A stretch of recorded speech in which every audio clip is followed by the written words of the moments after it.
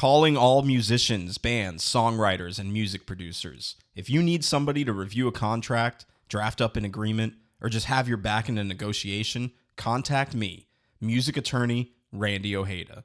I've negotiated record label deals, publishing and management deals, sync licensing deals, and so much more. So find out what my firm can do for your music career. Head to randyojedalaw.com and book a consultation now.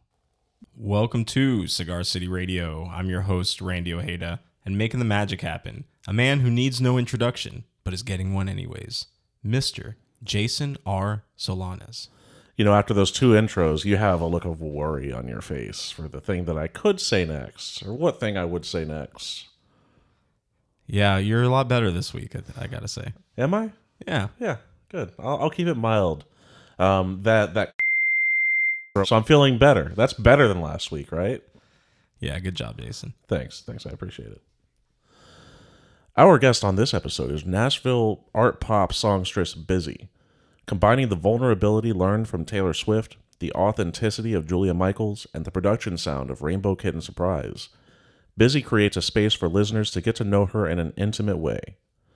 Her highly anticipated debut EP, I Don't Get Breakups, is out now via Big Loud Rock. So here it is. Bizzy.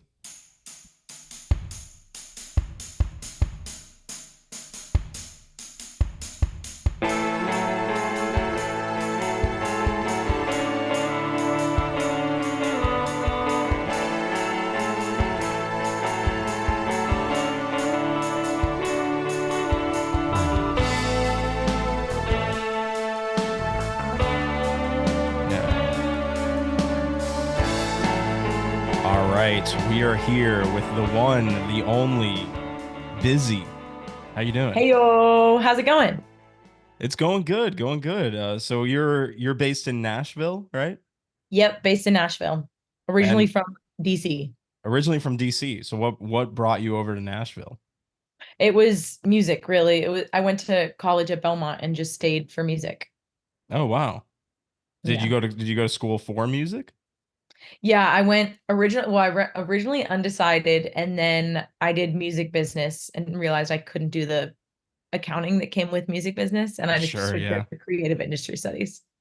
Not many people can do the accounting when it comes to music business, so like every class had me in tears. It was terrible. Oh, that's rough. Yeah, I'm a music attorney. I'm a music lawyer, so Okay. I don't do a lot of the accounting, but I definitely do a lot of the paperwork, and that's not fun.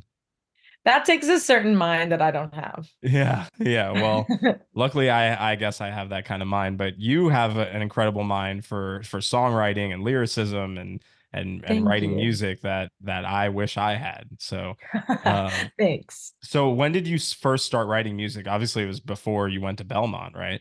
Yeah, it was funny. I guess I started when I was like about 12, and I got my first guitar and like learned how to play, and probably could play like 3 chords, and would just like write music in my room, and like never quite took it seriously until I was about like 17 or 18. Wow. So that's pretty cool though. Definitely was a switch. Yeah. Sorry. What was the first song that you wrote, if you can remember?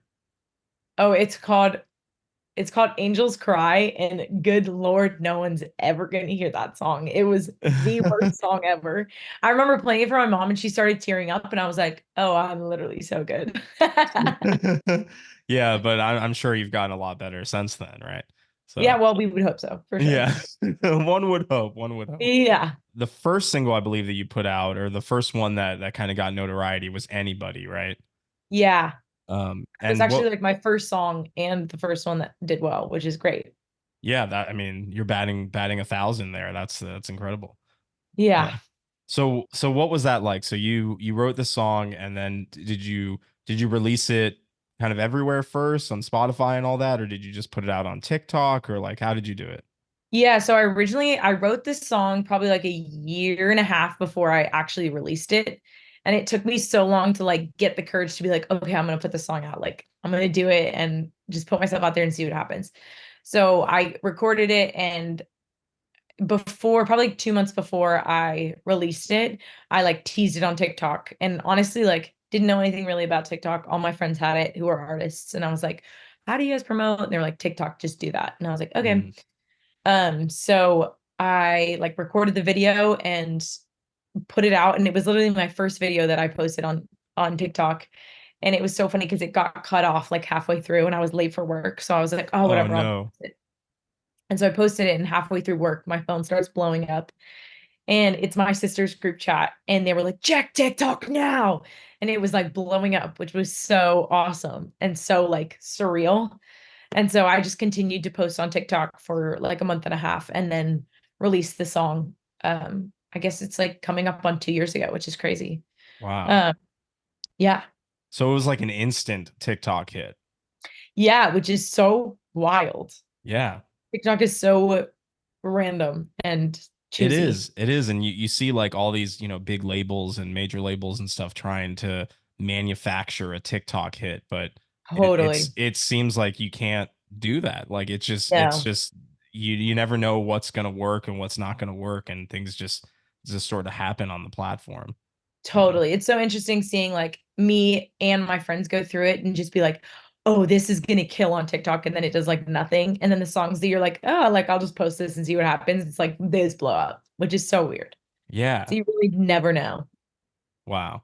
So that song comes out, and then it comes out on Spotify. Yeah. And it's popular there as well. Yeah, which was great. I was nervous about that. So the new single and the new EP is called I Don't Get Breakups, right? Yes, Um, those came out right before the new year. right before the new year. So what is there not to get about breakups? I mean, it seems pretty Are you kidding me? They make no sense. Like, here's the thing. The entire concept of that EP like came about when I had like gone through a breakup and all of those songs are about one person and they kind of just like it's like the stages of getting over a breakup and the processing of it. Mm, And the final one I wrote was I Don't Get Breakups. And that was me kind of like I had gone home for a little bit. I hadn't dated this guy in like almost 2 years. I was like, oh, I'm so over it. I'm so like whatever.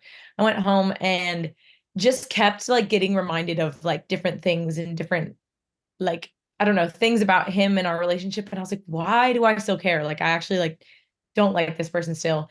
So I started like writing in my basement, and that's where the first verse came from. And then it was just like I kept thinking about it and I was like, they actually make no sense that like you spend like in this case, it was like a really long relationship. It was like a couple years. Um, and I spent a couple years with this person, getting to know them, getting to know their family, becoming like a part of their everyday routine. And then like it just ends. Like things go badly, and then you're like, okay, I guess we just are not going to be together anymore. So you're not together anymore, and then you just never talk. Like it's actually mind-boggling because it's like so unnatural to the human like connection and like day-to-day life. Like even yeah. friends that I'm not as close with, I'm not like cut off cold turkey. Whereas like relationships, it's like, oh, I used to know like everything about you and like your biggest fears and things you want to do and blah blah blah. And now I don't even know where you live. It's like such a mind-boggling thing to me. So that's kind of where I Don't Give Breakups this song came from. And then looking back at all the songs I had written, I was like, oh, this just like creates a world of its own.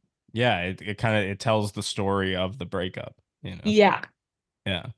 No, no, that's something yeah, I hadn't really thought about it in that way, but it's true. It's like you get to know everything about somebody, you become their most intimate partner, and then And they're then just out of your life, you you either know. get married or you break up. There's no other option. Yeah, I Like guess that's shit. it, you know. So this song was about a very particular breakup. It wasn't just breakups in general. Yeah, it was very particular. And it was, but what was interesting was I wrote it probably like a year before I actually ended up releasing it. And when I started to release it, had like a year had passed and I was already in a new relationship and things had just ended with that person.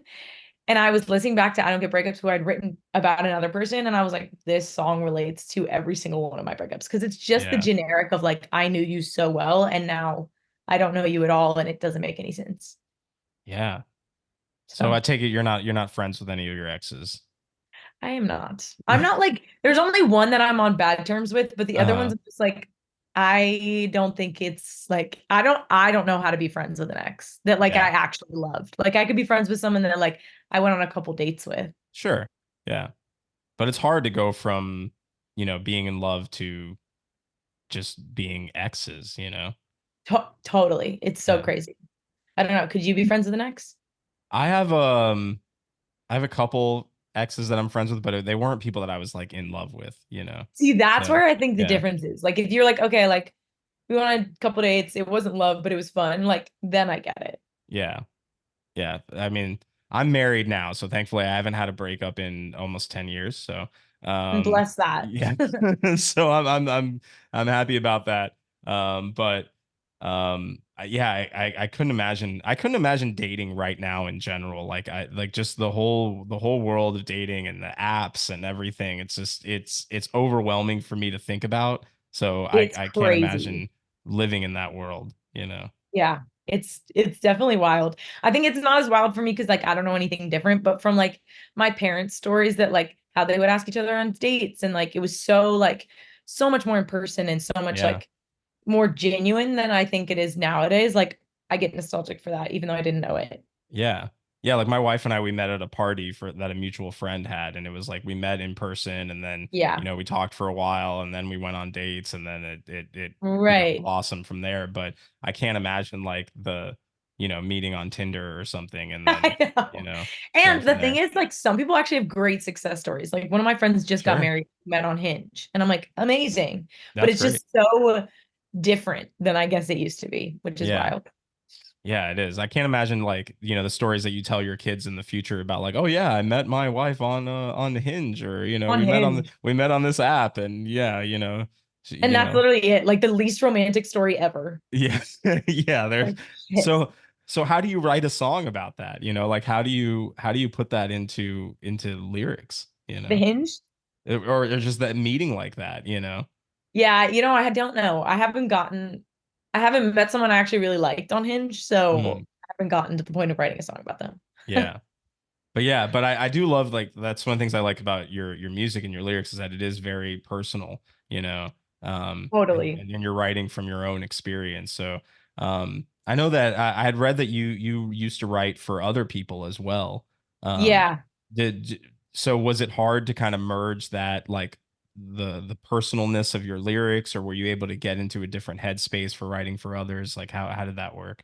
I think it was relatively easy for me to get into someone else's mind purely because like this is such a blessing and a curse, mainly a curse, but I definitely grew up a people pleaser and definitely like was always attuned to what other people were doing around me so that I could be like more what they liked.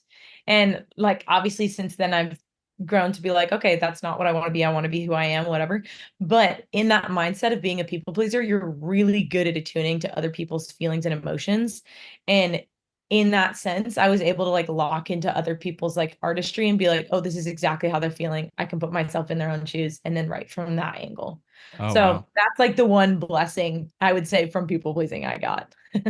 Yeah, is that you're able to be in that person's shoes. That's a talent in and of itself. I mean, it's really difficult. I think it's one thing to write songs about your own experiences, but to write songs from somebody else's perspective is very difficult. Totally. And you just have to be so like aware that, and I think being an artist has actually helped me like in turn be able to write for other people better because I'm aware of like what I would want in a room and like how I want someone to like hear me in the writer's room and kind of interpret that. So it's been a learning curve on both ends. Yeah, and was that mostly like in Nashville you were writing, or in writer's room there? Yeah, I had never co-written before I came to Nashville. I like didn't even know what it was. So when I first got to Belmont, I was like I want to be an artist, but I don't even know what that means. Yeah. So I just decided to go the songwriting route. And how long do you do that for? I did that for about 3.5 years. And then over COVID, I was like, all right, just put yourself out there. The only reason you're not doing it is out of fear, and that's dumb. Yeah. So I just decided to do it. So you did it, and then, millions of streams later, here you are. So wild. So wild. Yeah. I mean, what is that like, kind of, I know I talk to a lot of people that obviously put songs out and put music out, and, but for it to like really I don't want to use the word blow up or explode, but for it to just be like recognized and listened to by that many people. I mean, what does that feel like? it's funny, like it's so awesome when like people are like it's doing so well, and I'm like that's awesome. But then it's so like like this disassociating thing of like even when my song was doing well on TikTok and like streaming really well, it was like I would look at those numbers, I would look at the phone and I'd be like, that's so awesome for that person. Like it did not feel like it was mine. Yeah. And it's kind of like it's a good thing and a bad thing in that sense of like I really am like able to kind of step outside of the numbers, which is nice. But then also I think it doesn't allow me to like enjoy it as much and be like, fuck yeah, this is happening because there's like a lack of connection. Like in my head, like once I put a song out in the world, it's not really mine anymore, which is Oh, wow. nice, Yeah. but also like in turn is different to process. Yeah, no, that's interesting. So you're kind of like viewing it from a different lens, you know? Yeah, for sure. So Wow. it's been Yeah, awesome. Definitely so grateful for anybody who listens to my music. It's just like the weirdest thing and the coolest thing ever. that's really cool. I'm sure that's so rewarding. I mean, to just be working on songs for so long, like you said, anybody you had for a couple years before it came out, and Yeah. then to see it just kind of blossom from there must be really rewarding. So cool. Definitely like the coolest part. And just like all my collaborators on that and like us being able to be like, whoa, like we did it. It's Yeah, awesome. yeah. Who are some of your collaborators? Brandon Meager, who's produced like almost all of my future music and stuff. And then Jules Paymer, who is just like the most incredible and talented artist and songwriter. Wow. And Yeah. they work on all your stuff with you? How'd you meet them? Brandon works on most of my stuff. Jules lives in LA, so they don't work as much on all my stuff, but whenever I get a write with them, I'm like all in. But I met Jules at Belmont and then I met Brandon through Jules. So it's just like the little Belmont circle and the Nashville circle that's all very small. Yeah. No, Nashville is like it's a smaller town than people realize, I think. It is crazy. We were even, Yeah. me and my friends were talking about like dating shows, and they were like, it's going to be crazy when they do like Nashville dating shows because, like, we were talking about Love is Blind. This is so stupid, but we were talking about Yeah. Love is Blind and how like they always pick from the same city. And they're like, it's going to be so hard to find people in Nashville that like don't already know each other. That or haven't already dated. Yeah. Literally. Wow. It's so like tight knit. That's so funny. Yeah, because even the music scene in Nashville is very tight knit and very close. I feel like everybody knows each other there. You It's know. literally high school Yeah. with varying degrees of people. Yeah, yeah. And people of very different ages and Yeah, backgrounds. Yeah. for sure. That's wild. So I know in was it November you finished your debut tour with Friendship?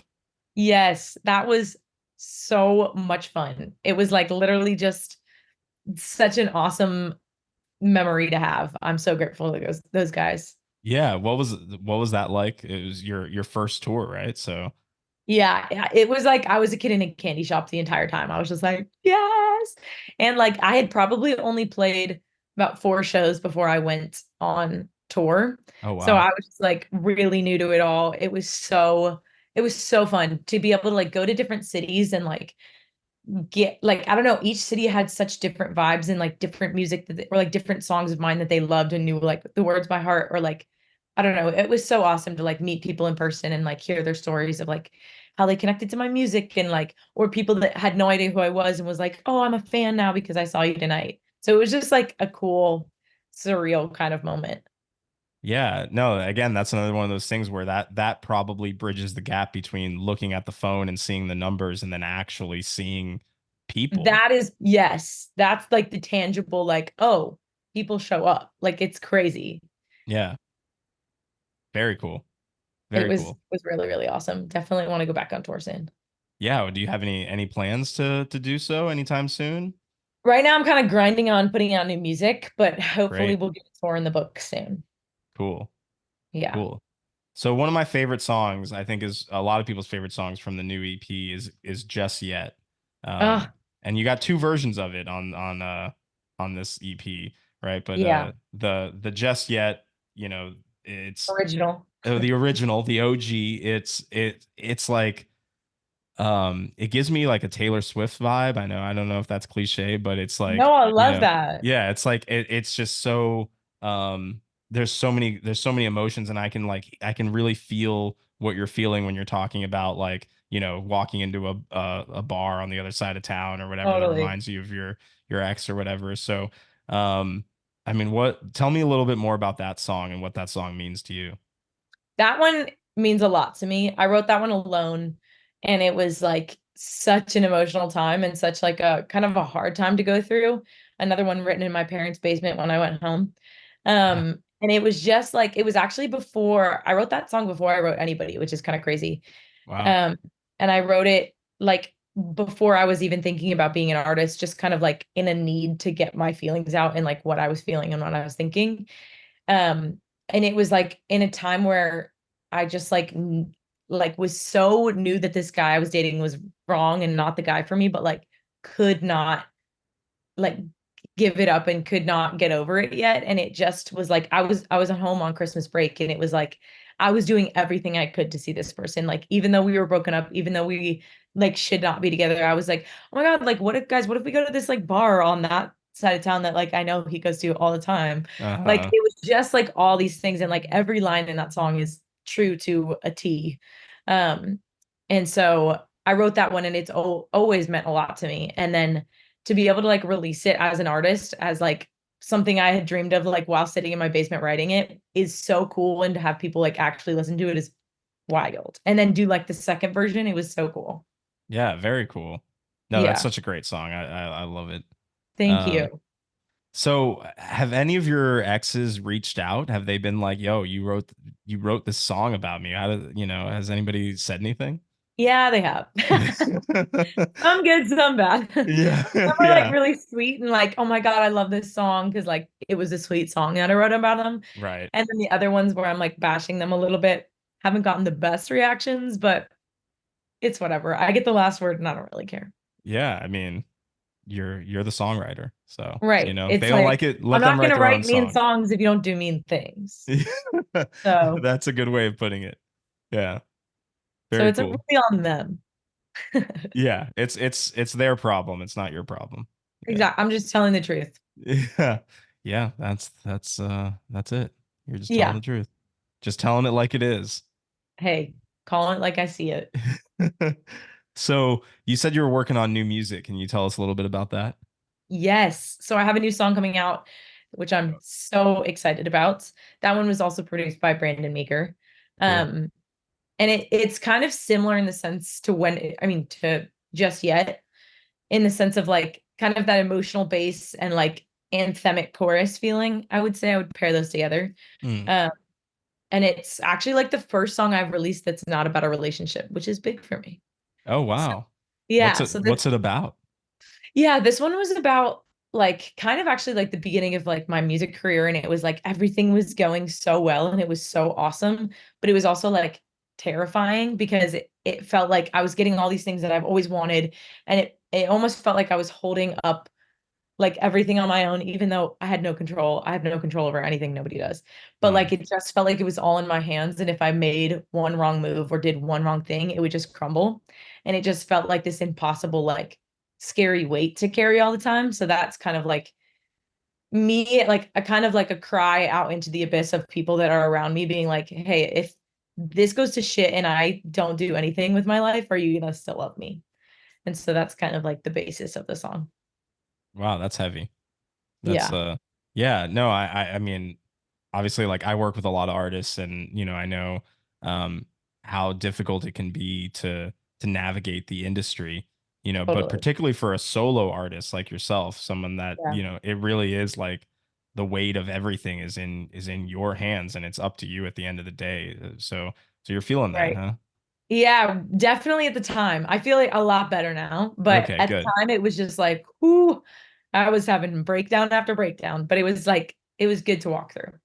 You're not totally alone these days. I know you signed to Big Loud Rock, right? Yes, the So best. yeah, the great label. Lots of cool bands on that label. What was signing to them like, or how did that come together? It was so awesome and very natural. Like I tell everybody this, like I really did not want to sign anything. I didn't want to be uh artist under a label yet. Like obviously that was a goal, but it would just felt like, okay, I want to grow. I want to be an independent because nowadays it's so like so much easier to be an independent artist and actually like make moves. Sure.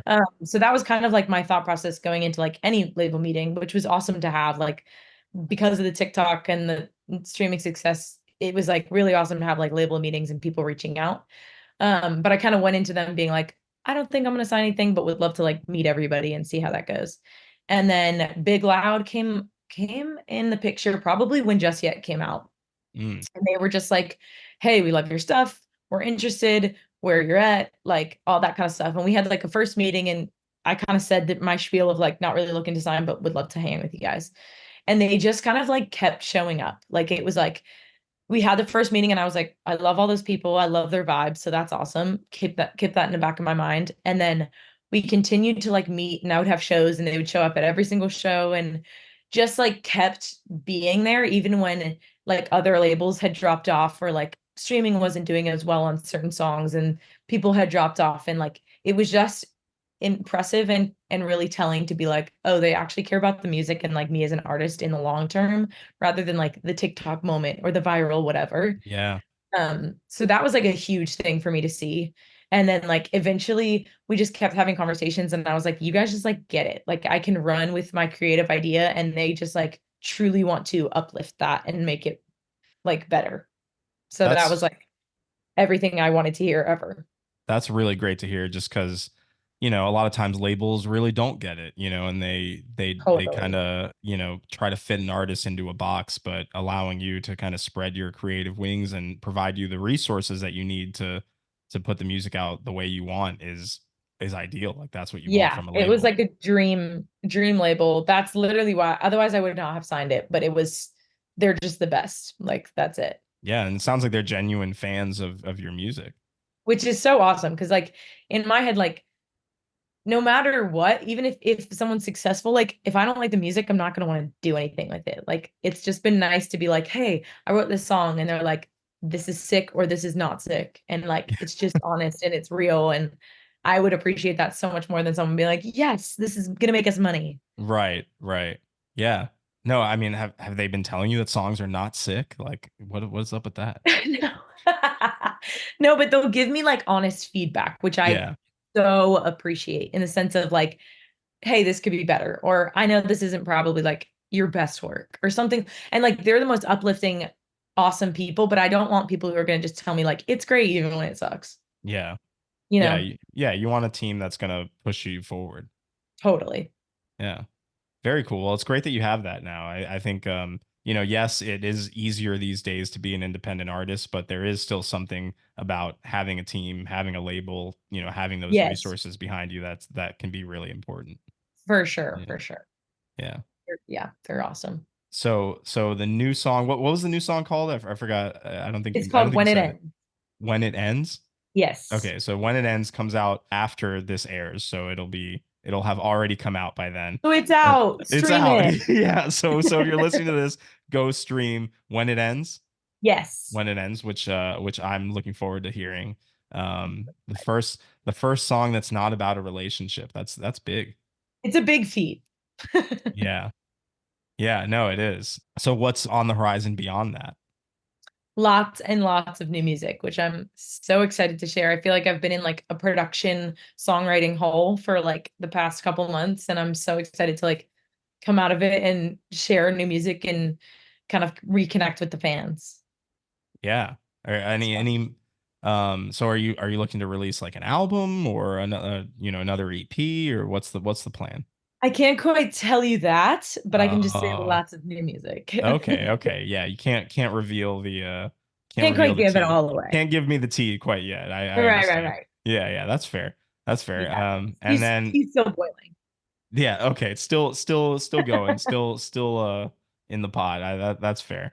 That's fair. Yeah. Well, I'm definitely looking forward to hearing more from you. And I know I feel like the catalog that you have out now is just kind of scratching the surface of who you are as an artist, Thank you. Um, Yeah, I'm really, really excited.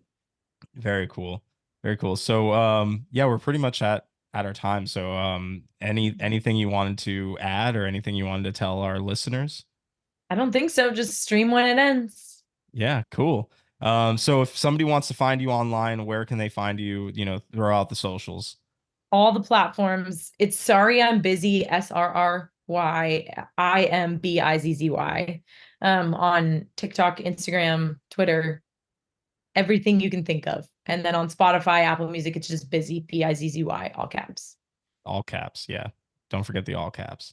Don't forget the all caps. Also, I love that username. Sorry, I'm busy. That's just It's too perfect. Like you yeah. cannot. Yeah, it works. It works really well. Yeah. So cool. So Well, Busy, thank you so much for hanging out with us for a little bit and telling us about your lovely songs. If you've never listened to Busy, now's your chance. Go out there, stream the songs, stream the music, and hopefully catch a show in the near future. yes, yes, for sure. Show's coming up, just not announced. All right. All right. Well, But thank you so much for that's having a me. that's a great tease right there. So shows Yeah. coming, just not announced yet, but they'll be there. Yes, for sure. But thank you so much for having me. This is so fun. Yeah, thank you.